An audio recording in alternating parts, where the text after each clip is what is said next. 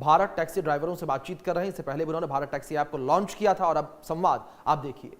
क्या कमाएगी? मानो भारत टैक्सी 25 करोड़ रुपया कमाई, तो 25 करोड़ में से 20% 5 करोड़ रुपया ये भारत टैक्सी के अकाउंट में आप लोगों की पूंजी के नाते जमा हो जाएगा और 80% पैसा किसने कितना किलोमीटर टैक्सी चलाई इसके हिसाब से वापिस आपके अकाउंट में डाल दिया।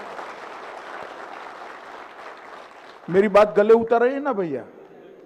तो अभी तो आपको जो निश्चित किराया मिलना ही मिलना है, मगर आप तो मालिक हो भाई, तो मुनाफे में भी आपका हिस्सा होना चाहिए या नहीं होना चाहिए? तो ये हिस्सा आने वाला, मगर पहले 3 साल तक थोड़ा धैर्य रखना पड़ेगा। जैसे एक बच्चा होता है, हम प्यार से लालन पालन करते हैं, करते करते बच्चा 30-40 साल का होता है, हम वृद्ध होते हैं, हमने इसका लालन पालन किया, बाद में वो हमारा लालन पालन करता है। तो पहले 3 साल आपको धैर्य रखना पड़ेगा, इसलिए क्योंकि ये एडवर्टाइज करना, इसको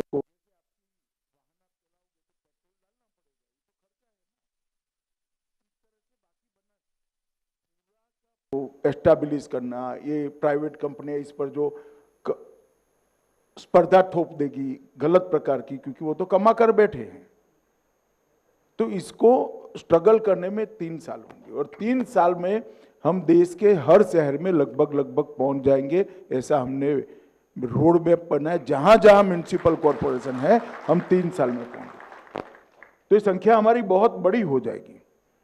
36 करोड़ 75 साल के आजादी में कोऑपरेटिव में जुड़े हैं, भारत टैक्सी 15 करोड़ 1 साल में 2 साल में जोड़ देगी। तो इसको हम सब ने मिलकर मजबूत कराना पड़ेगा। धन्यवाद सर। धारा वल्लभ जी हमारे बोर्ड ऑफ डायरेक्टर्स में सारथी प्रतिनिधि के रूप में भी शामिल हैं, जिन्होंने भी प्रश्न पूछा। अब मैं अनुरोध करूंगा किशन भाई गोविंद भाई पटनी जी से, वो अपनी बात रखें आपके समक्ष। नमस्ते मंत्री श्री, मैं अहमदाबाद गुजरात से एक ऑटो ड्राइवर हूँ। अभी मैं 10 साल से ऑटो चलाता हूँ अहमदाबाद में। कहाँ रहते हो? मेरे मतदाता। Yes sir, yes sir, yes sir, yes sir. मंत्री श्री, अभी तो ऑनलाइन हम राइड कर रहे हैं, तो उसमें बोल रहे हैं आप पार्टनर हो, तो पार्टनर को जो कुछ समस्या आती है तब हम कॉल सेंटर में बात करते हैं। एक सेकंड मुझे बताओ, उन कंपनियों का शेयर है आपके पास? नहीं है सर। तो कैसे पार्टनर हो गए? सर वो की बात लोग पार्टनर बताते हैं, वो पार्टनर नहीं है, सर छलावा कर रहे हैं। सही आपके सर। तो सर भारत टैक्सी हमको बोल रही है सारथी आप मालिक हो, तो सर हमको मालिक का हक कैसे मिलेगा? मैं बताता हूं।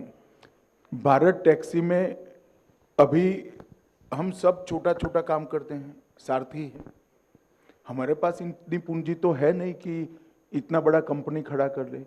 हमने अभी भारत की 5 बड़ी कोऑपरेटिवों को मिलाकर ये खड़ा कर दिया। अब जैसे आपकी संख्या बढ़ती जाएगी, जो सारथी इसमें पार्टनर बनना चाहता होगा, कंपलसरी नहीं है, आप बनो ना बनो आप पर निर्भर है। 500 रुपये का अगर आप शेयर लोगे तो आप इसके मालिक हो जाओगे। आप मेरी बात समझ गए? फिर जब भारत टैक्सी का बोर्ड ऑफ डायरेक्टर का चुनाव होगा, तब इसमें कुछ सीटें सारथियों के लिए भी चिन्हित रखी। जैसे अभी भाई साहब बोर्ड ऑफ डायरेक्टर में आ गए, तो वो आपके सारे हितों की चिंता करेगा।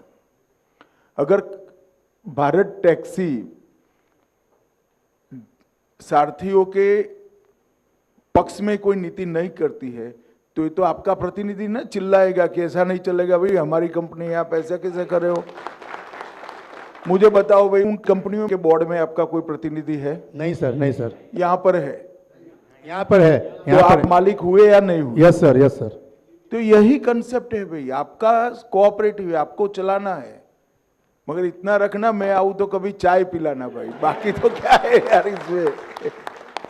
कंपनी आपका ही है, मुनाफा भी 20% रिजर्व करेंगे, जिससे कंपनी कोई खराब समय में आए तो हमारी उससे चलती रहे।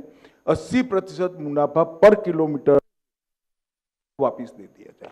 पहले 3 साल हमें एक एक शहर बढ़ाता जाना है।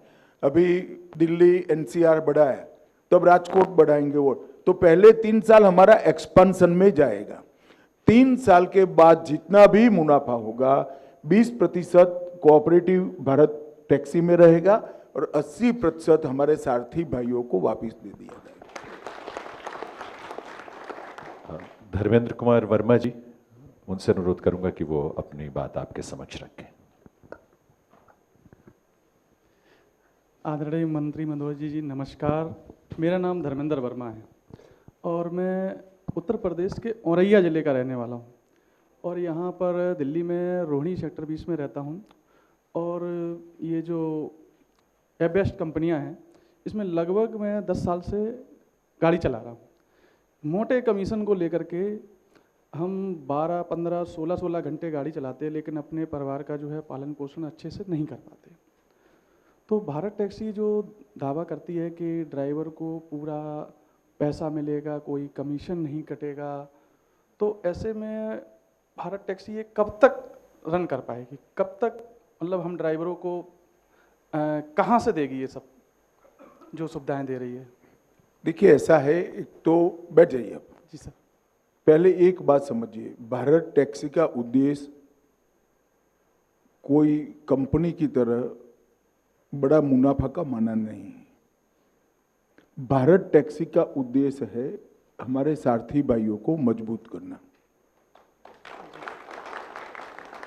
अब आपने जो सवाल उठाया कि भारत टैक्सी कहां से चलेगी, चलेगी तो इसी तरह से, परंतु वो इतना होगा जिसका जितना दाल में नमक होता है। ये कंपनियों ने नमक की दाल कर दी है। आप मेरी बात समझ रहे हैं? अच्छा, इसका हिसाब किताब तो आपके पास में है नहीं। इसका हिसाब किताब आपके पास में रहने वाला है, आपके लोग चलाने वाले हैं। आप मेरी बात समझ रहे हैं? जो प्रोफेशनल लोग होंगे उनकी तो तनख्वाह होगी, शेयर नहीं होगा। वो आपकी ओर से पूरा मैनेजमेंट देखेंगे। शेयर आपके पास है, मालिक आप हो, पॉलिसी आप बनाना है। तो जब आप पॉलिसी बनाओगे तो आपके पक्ष में बनाओगे या विरोध में बनाओगे, बताओ।